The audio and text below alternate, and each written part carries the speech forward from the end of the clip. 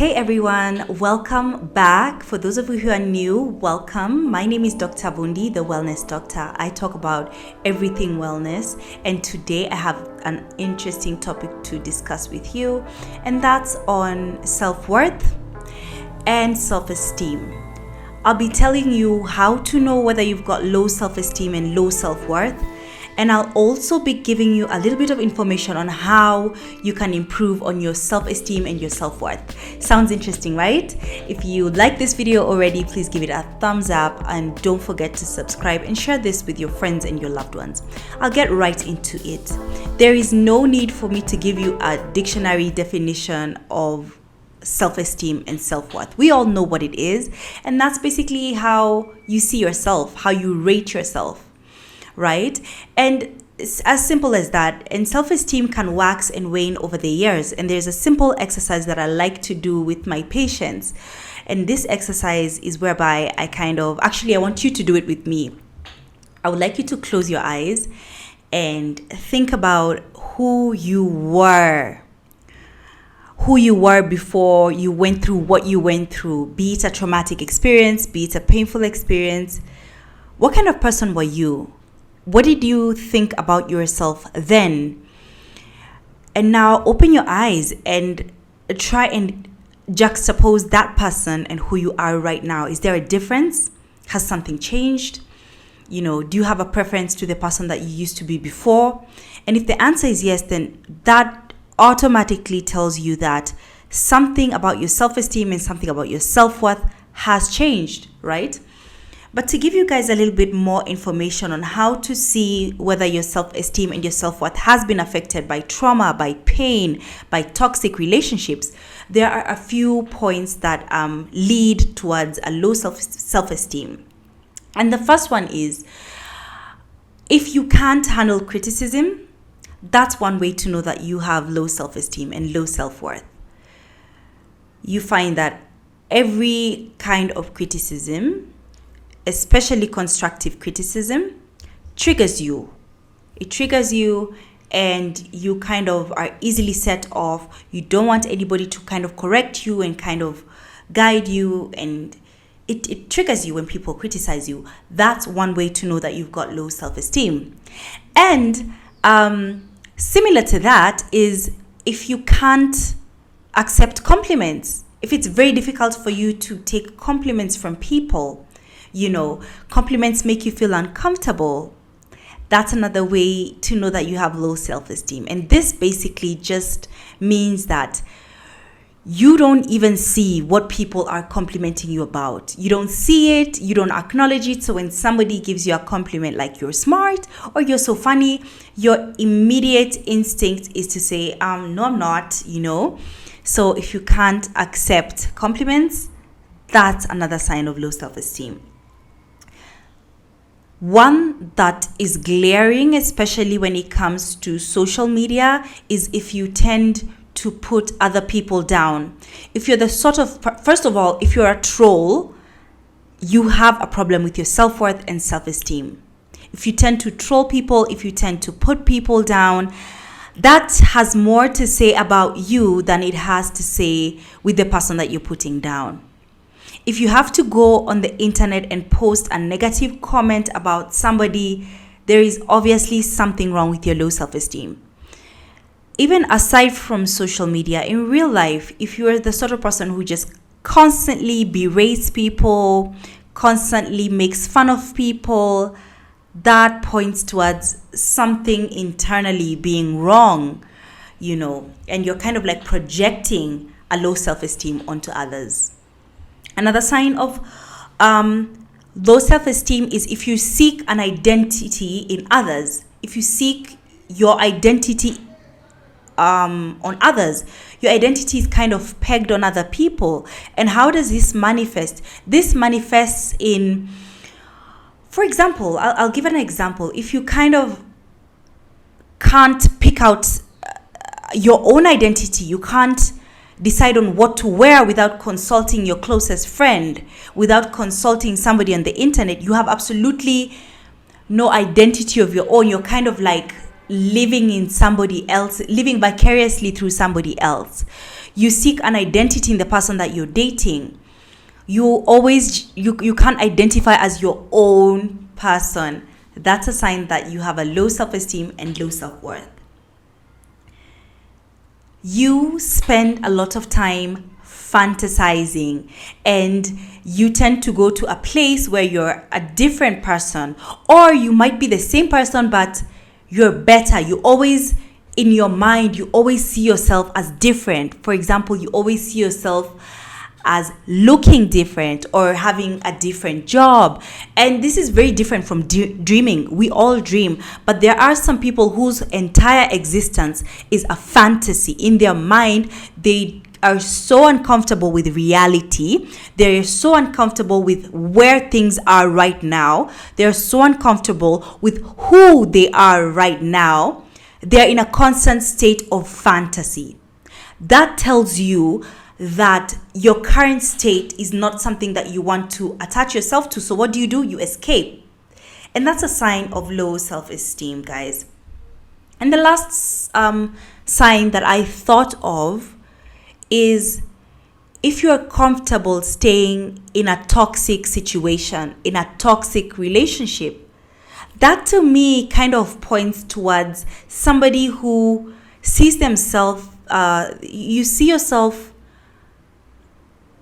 as so low, so small that you think that that's what you deserve. And this might not be an active thought that you have. You might not be thinking actively that I actually deserve to be with somebody who is mean and who is unkind to me, who cheats on me. You might not think, nobody ever really thinks that actively. It's kind of like something that's in your subconscious. So you don't love yourself. You don't see yourself as worthy of these good things. So you kind of attract that. Guys, it's all about attracting and manifesting. And so those are the points that I came up with in terms of how to know that you have a low self-esteem. So then what about it? Now we know we have this low self-esteem.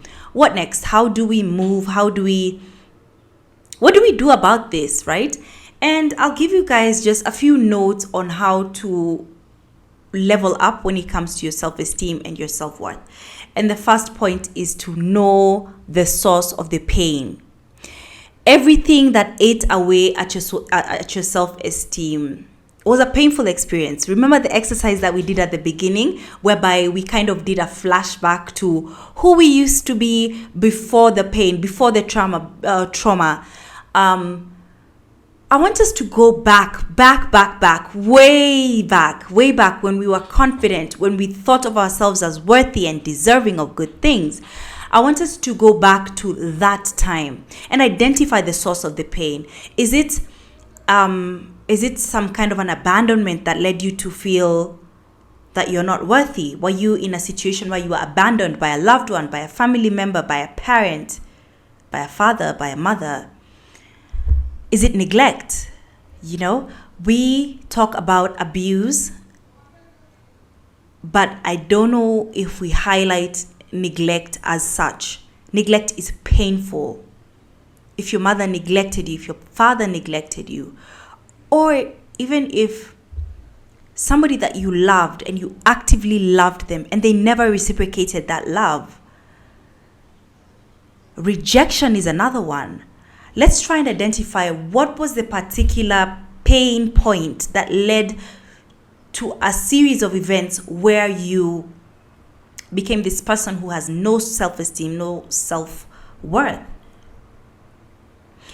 Only when you identify the pain, only then can you start to work on yourself and free yourself of the pain. But if you constantly keep avoiding that pain point and just acting like it didn't happen, you can never truly heal from it, is my point.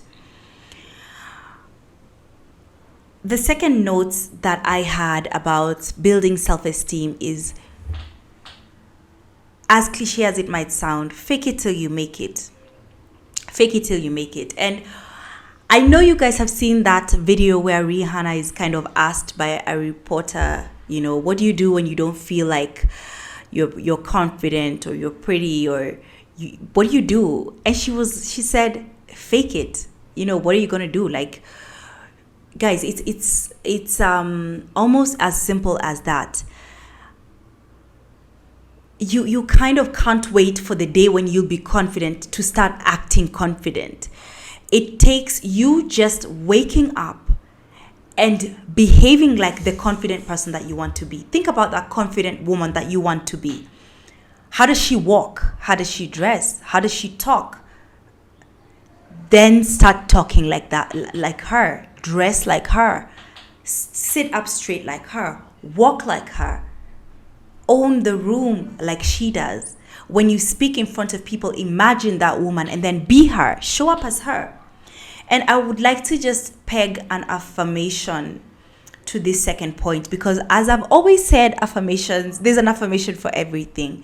And a good affirmation for fake it till you make it is, I belong in the places I dream about.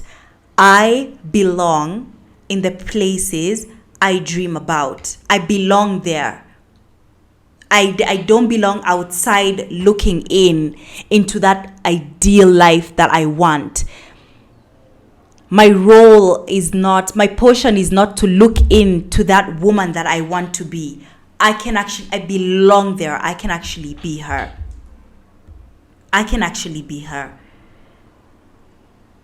Thirdly, I would like us to learn to love ourselves where we are and to value ourselves where we are. Before you lose the weight, before you get your finances in order, you're still valuable. You're not going to become valuable when all the ducks are lying in a row. Even right now, even when you feel like you're a mess, even when you're in the middle of a breakup, you're in the middle of a divorce, you're still valuable. I am valuable even before I am the person I'm working towards. And that's the affirmation for this point. I am valuable even before I am the person I'm working towards. Fall in love with you and not the person you aspire to be. This for me was such an awakening. And I got this point when I was listening to an interview that Sarah Jakes Roberts was giving, who was talking about the same thing, self-worth, self-esteem. And it was such a light bulb moment for me, because a lot of us are in love with the person that we aspire to be, and we can't find it in ourselves to love ourselves as who we are right now. It's such a challenge. Because it's that person you want to be. It's so easy to love, right? But what about this person? What about this person who has got you this far? This person who has overcome so many things. Don't they deserve love? Don't they deserve respect?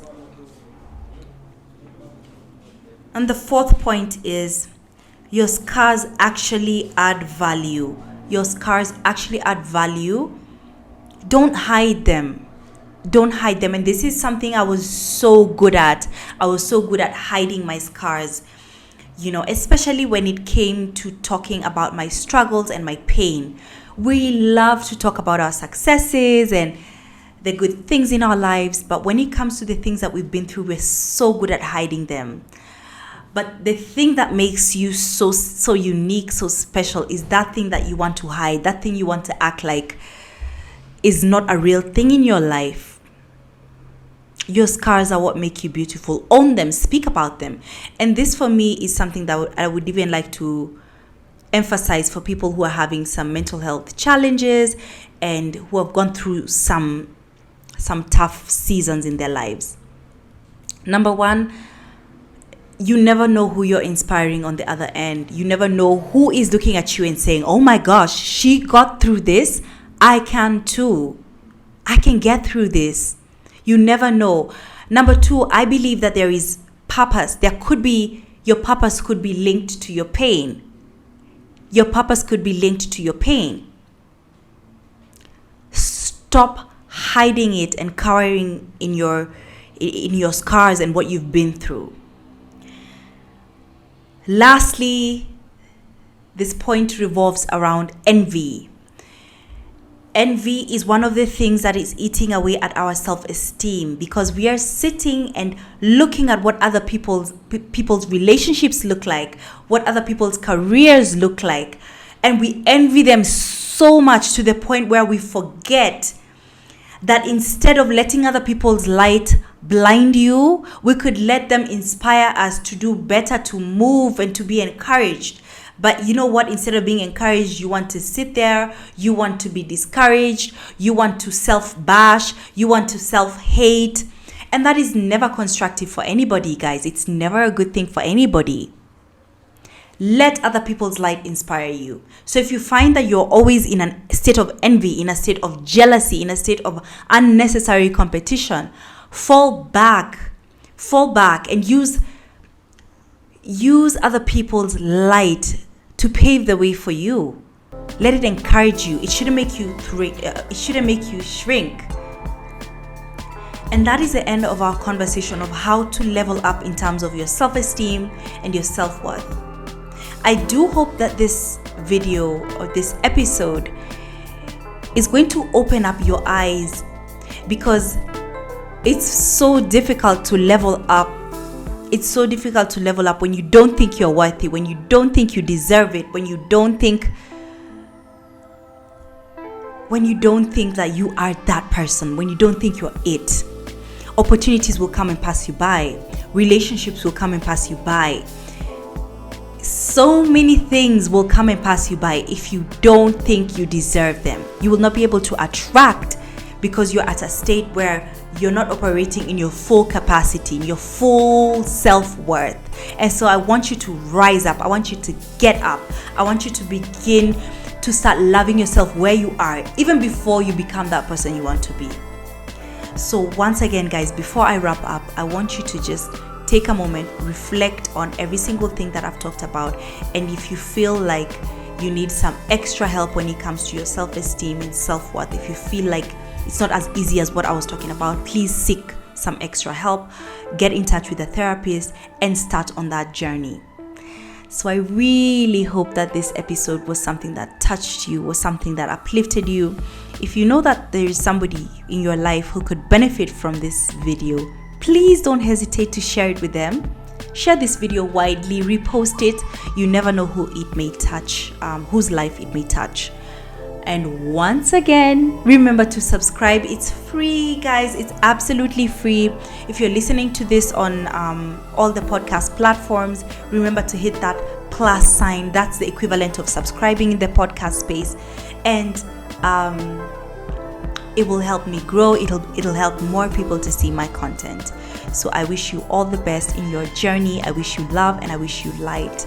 And I will see you next time on the next episode. Bye.